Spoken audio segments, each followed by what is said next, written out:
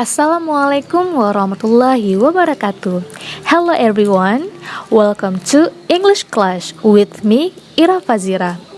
Pada video pembelajaran kali ini, kita akan belajar tentang narrative text.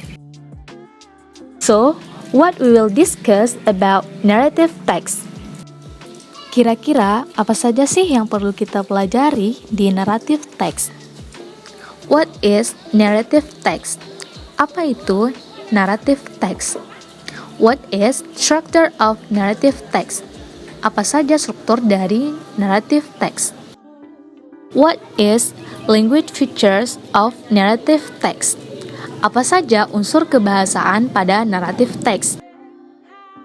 What are some examples of narrative text? Apa-apa saja contoh-contoh narrative text? Sebelum masuk ke pembahasan, I have a note to remember for all of you. If you often fail while studying, then try learning in a new fun way, that is, by developing your creativity. Yang artinya, jika kamu sering gagal saat belajar, maka cobalah belajar dengan cara baru yang menyenangkan, yaitu dengan mengembangkan kreativitasmu. Oke, mari ke pembahasan. Narrative text is the type of text that deals a series of events with the chronological system or are connected to each other.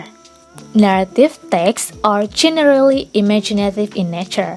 It means not real or in the form of the author's imagination. Narrative text adalah salah satu jenis teks yang menceritakan rangkaian peristiwa dengan sistem kronologi atau terhubung. Narrative text umumnya bersifat imajinatif, yang berarti tidak nyata atau berupa hasil imajinasi dari penulisnya. Social function of narrative text is to amuse or entertain the reader or listener. Fungsi sosial atau tujuan dari narrative text adalah untuk menghibur pembaca atau audiens. Nah, jadi itu adalah pengertian dan fungsi dari narrative text. Next, structure of narrative text. Orientation contains the introduction of characters and setting involved in the contents of the story. Complication, part of the paragraph that tells about the beginning of the problem of an event or event. Resolution, the end of the story or the conclusion of the story. Orientation biasanya berisi perkenalan tokoh dan latar yang terlibat dalam cerita. Complication merupakan paragraf yang menceritakan terkait awal mula masalah suatu peristiwa atau kejadian. Resolution merupakan akhir dari cerita atau kesimpulan dari cerita. Nah, inilah struktur dari narrative text. Oh ya, yuk sebaiknya kita ulangi sekali lagi agar kita lebih mudah untuk mengingatnya. Yang pertama, orientation, yang merupakan perkenalan. Kedua, complication, yang merupakan terkait awal mula terjadi masalah atau peristiwa. Terakhir, complication, yaitu akhir atau kesimpulan dari cerita. Next, language features of narrative text. Simple past tense. Tenses that tell about the past. Action verb. The type of verb to express an action or activity that is visible and can be seen by others. Conjunction time. Conjunction time to show adverb of time. Adjective and noun. As adjective and pronouns of people, animals, or things. Unsur kebahasaan yang digunakan di narrative text. Simple past tense. Kalimat yang digunakan untuk menceritakan masa lampau. Action verb. Jenis kata kerja mengungkapkan suatu tindakan atau keinginan yang terlihat dan dapat dilihat oleh orang lain. Conjunction. Kata hubung atau menunjukkan keterangan waktu. Adjective and pronouns. Sebagai kata sifat dan kata ganti orang, hewan, atau benda.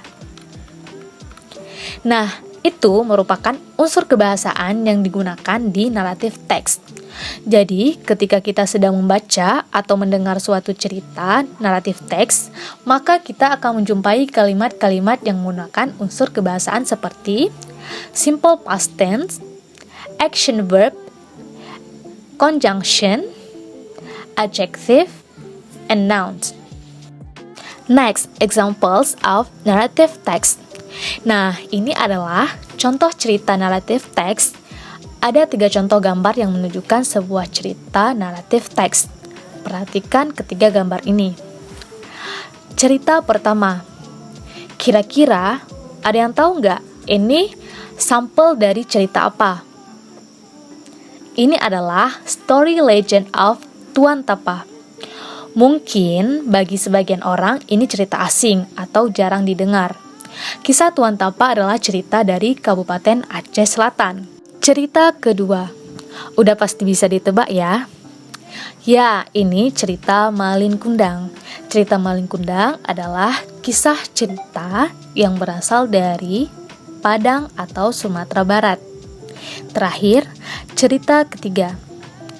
Ini ada istana, ada salju, ada princess, dan ada pangeran. Kira-kira cerita apakah ini? Ya, sudah pasti ini cerita Princess Snow White. Nah, 3 contoh ini merupakan contoh dari narrative text. Kenapa narrative text? Ketika cerita ini adalah cerita yang sudah lama terjadi atau sudah terjadi beberapa tahun lalu atau beberapa bulan lalu, maka ini disebut narrative text. Perhatikan contoh cerita berikut. Snow White. Once upon a time, there was a beautiful girl in a palace. She lived with her uncle and her auntie after her parents passed away. She lived unhappy, actually. Her uncle and her auntie always made her upset. All the palace events were guided by them. Someday, when Snow White wanted to go to the bedroom, she passed the dining room.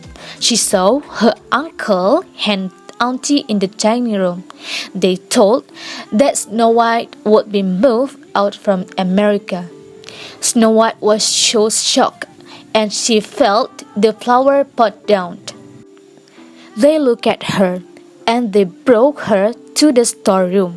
Snow White was so sad, and she tried to run away from the palace. It was success. She could run away by the window. She ran as fast as she could. She entered the forest. She walked and ran alone in the dark forest. She met the wild animal and she hid. After a long time, she felt too tired and sleepy. She met a small cottage and she decided to enter. She laid her body in the floor.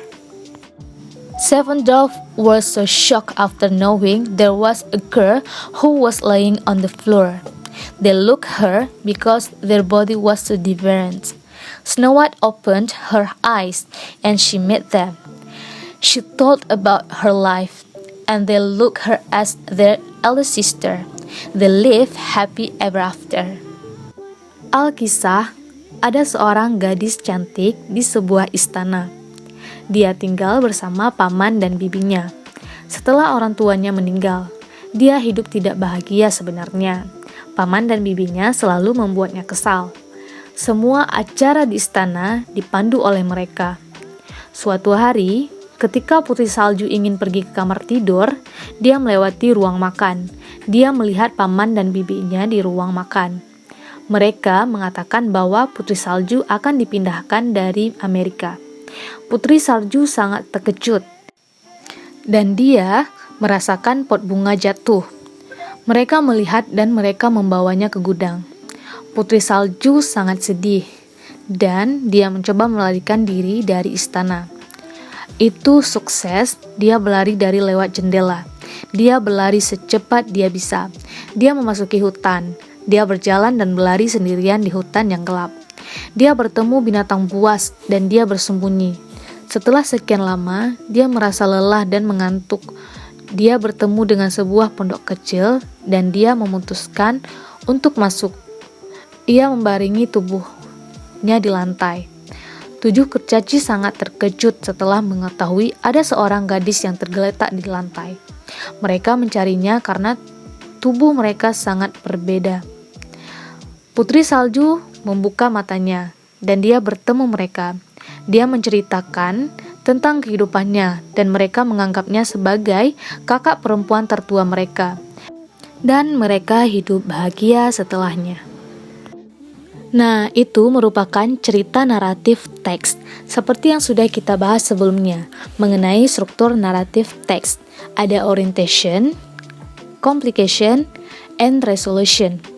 Coba perhatikan di samping cerita pada bagian orientation.